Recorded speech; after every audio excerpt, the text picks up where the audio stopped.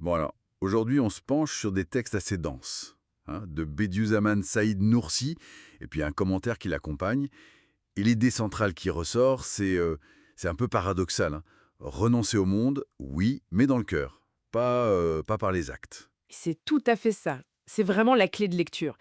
Comment on peut être pleinement engagé dans la vie, le travail, tout ça, Oui, tout en gardant une espèce de distance intérieure, une perspective tournée vers l'au-delà, quoi.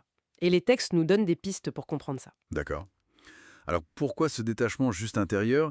Nursi, il a des images fortes, il parle des plaisirs du monde comme du miel empoisonné. C'est assez radical, non? Oui, c'est une image faite pour marquer.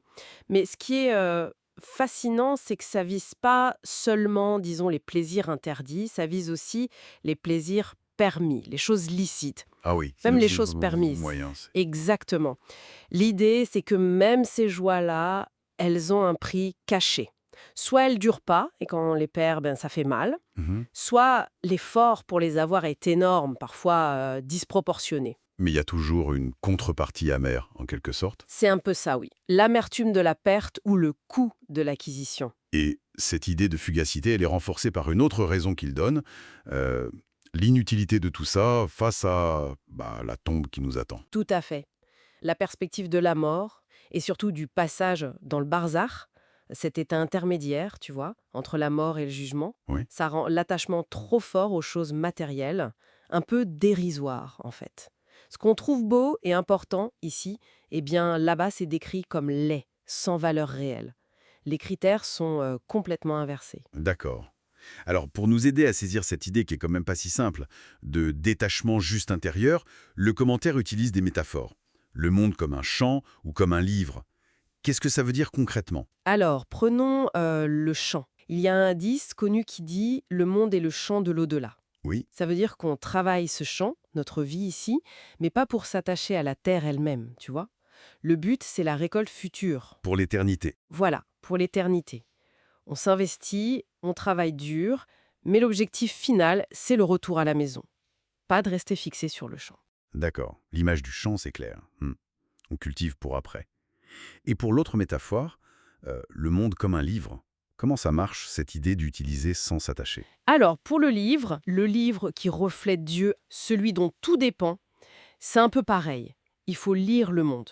Lire le monde. Oui, lire le monde, apprécier ce qu'il contient, essayer de déchiffrer les signes, les significations qui nous montrent le Créateur. L'idée, c'est de s'attacher au message, à l'auteur, et pas juste aux pages matérielles qui, elles, vont disparaître. Mhm.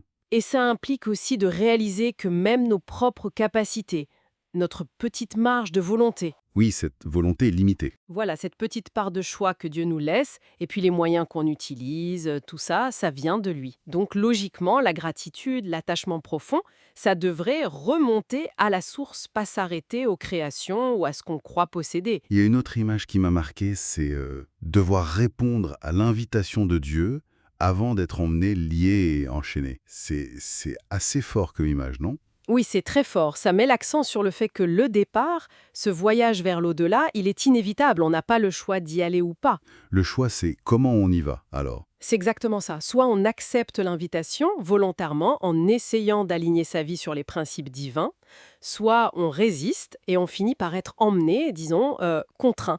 Et d'ailleurs, dans le Barzerk, les questions qu'on nous posera, ce sera sur Dieu, le prophète, la foi. Pas sur notre job ou notre richesse. Non, pas sur le statut social ou le compte en banque, ça c'est sûr. Et il y a cette idée, tirée du Coran, que Dieu chachète aux croyants leur vie et leurs biens contre le paradis. Ce commerce divin, comment faut-il le comprendre? Alors oui, c'est une métaphore très parlante qui renvoie à la notion de dépôt. Ce qu'on pense être à nous, nos vies, nos talents, nos biens, en réalité, c'est un dépôt que Dieu nous a confié. D'accord. Et vendre ce dépôt à Dieu, ça veut dire le lui consacrer, l'utiliser comme il nous le demande.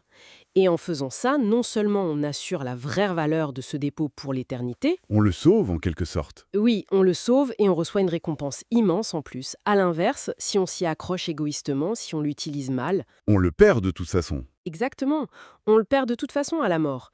Et on n'en retire aucun bénéfice. Pire, On peut en garder juste le poids des responsabilités qu'on n'a pas assumées ou les fautes commises. Ok, donc si on essaie de résumer un peu tout ça, le message principal, c'est une sorte d'invitation à revoir notre perspective, être actif dans le monde, hein, travailler, apprendre, construire, Oui, bien sûr, il ne s'agit pas de se retirer une à M. bien sûr. Mais garder le cœur libre, le désencombrer de cet attachement excessif à ce qui est matériel, à ce qui ne dure pas. Tout à fait. Et ça pose une question importante, je trouve, sur ce qu'on considère comme ayant une vraie valeur. Si les critères du monde, la richesse, le statut, etc., sont plus ou moins caduques dans l'au-delà. Mhm. Qu'est-ce qui constitue alors le véritable capital qu'on devrait chercher à accumuler pendant cette vie? C'est quoi le vrai trésor? Voilà une bonne question pour réfléchir et une pensée pour finir. Si on voyait notre vie non pas comme quelque chose qui nous appartient en propre, mais comme ce commerce où l'on échange ce qui nous est juste prêté temporairement contre de l'éternel, Hmm. qu'est-ce que ça changerait, au fond, dans nos choix de tous les jours, dans nos priorités? Ça donne à réfléchir.